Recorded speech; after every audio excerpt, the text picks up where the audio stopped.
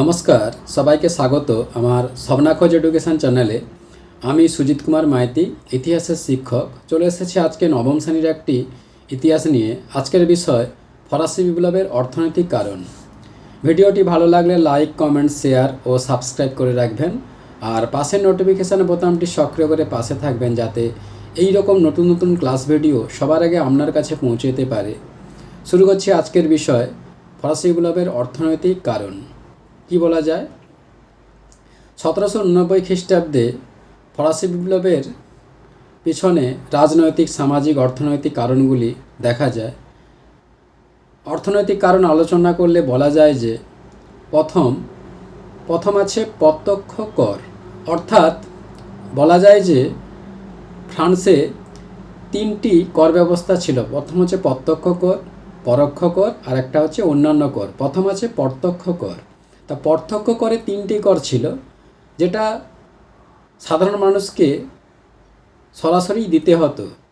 তা প্রথম কর হচ্ছে টেইলি হচ্ছে ভূমি কর। তারপরে আছে ক্যাপিটেশন হচ্ছে স্থাবর অস্থাবর সম্পত্তি কর। তারপরে হচ্ছে ভিংতিয়েমে হচ্ছে আয়কর। এরপরে পরোক্ষ করে যদি বলা যায়, পরোক্ষ করে আছে টাইটস হচ্ছে ধর্মকর। তারপর আছে গ্যাবেলা হচ্ছে লবণ কর। এরপর এডস হচ্ছে অতি প্রয়োজনীয় বা মাদক জাতীয় দ্রব্যের উপর ধার্য কর। তারপর আছে অন্যান্য করে প্রথম আছে করভি হচ্ছে বিনা পারিশ্রমিক বা বেগার শ্রম। তারপর আছে পেঁয়াজ হচ্ছে সেতু, খেয়া, রাস্তাঘাটের পারাবারের ওপর ধার্য কর। তারপর আছে বানালিতে হচ্ছে শস্য অথবা গমের উপর ধার্য কর। এবার বলা যায় যে এই সব করগুলি কেবলমাত্র তৃতীয় শ্রেণীর মানুষ অর্থাৎ সাধারণ মানুষকেই বহন করতে হতো। এই করগুলি যাজক অভিজাতরা কোনো মতেই দিত না। কিন্তু তারপরন্তে যে অভিজাতরা এই কর আদায়ের সময় অতিরিক্ত কর আদায় করত, এই অতিরিক্ত কর সাধারণ মানুষরা না দিতে পারলে তাদের উপর অকথ্য অত্যাচার করত এই অভিজাতরা। এতে সাধারণ মানুষরা ক্ষুব্ধ হয়ে উঠেছিল। মূল্যায়নে যদি বলা যায়, উপরিক্ত এইসব কারণগুলির জন্য ফ্রান্সের সাধারণ মানুষরা ক্ষুব্ধ হয়ে এই বিপ্লব শুরু করেছিল। আর ফ্রান্সের এই অর্থনৈতিক ব্যবস্থা দেখে অ্যাডাম স্মিথ বা আমাদের স্কটল্যান্ডের অর্থনীতিবিদ অ্যাডাম স্মিথ, তিনি ভ্রান্ত অর্থনীতির জাদুঘর বলেছিলেন। বন্ধুরা, এখানেই প্রশ্নগুলো কিছু শর্ট প্রশ্ন রাখা হয়েছে তোমাদের জন্য। এই প্রশ্নগুলোর উত্তর তোমরা কমেন্ট বক্সে অবশ্যই জানাবে।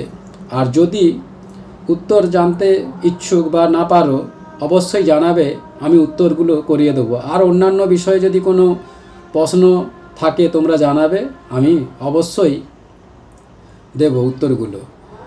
প্রথম প্রশ্ন বলা হচ্ছে যে টেইলি কী ধরনের কর। দ্বিতীয় প্রশ্ন, ক্যাপিটেশন কী ধরনের কর। তৃতীয় প্রশ্ন, ভিংতিয়েমে কী ধরনের কর। চতুর্থ প্রশ্ন, টাইটস কী ধরনের কর। পরের প্রশ্ন, গ্যাবেলা কী ধরনের কর। পরের প্রশ্ন, এডস কী ধরনের কর। তারপরের প্রশ্ন, করভি কী ধরনের কর। তারপরের প্রশ্ন, পেঁয়াজ কী ধরনের কর। তারপরের প্রশ্ন, বানালিতে কী ধরনের কর। শেষ প্রশ্ন বা দশম প্রশ্ন, যে কে ফ্রান্সের অর্থনীতিকে ভ্রান্ত অর্থনীতি জাদুঘর বলেছিলেন। বন্ধুরা, এখানে ক্লাস ভিডিওটি শেষ করছি। পরবর্তীকালে আবার একটি নতুন ক্লাস ভিডিও নিয়ে উপস্থিত হব। ধন্যবাদ, সবাই ভালো থাকবে।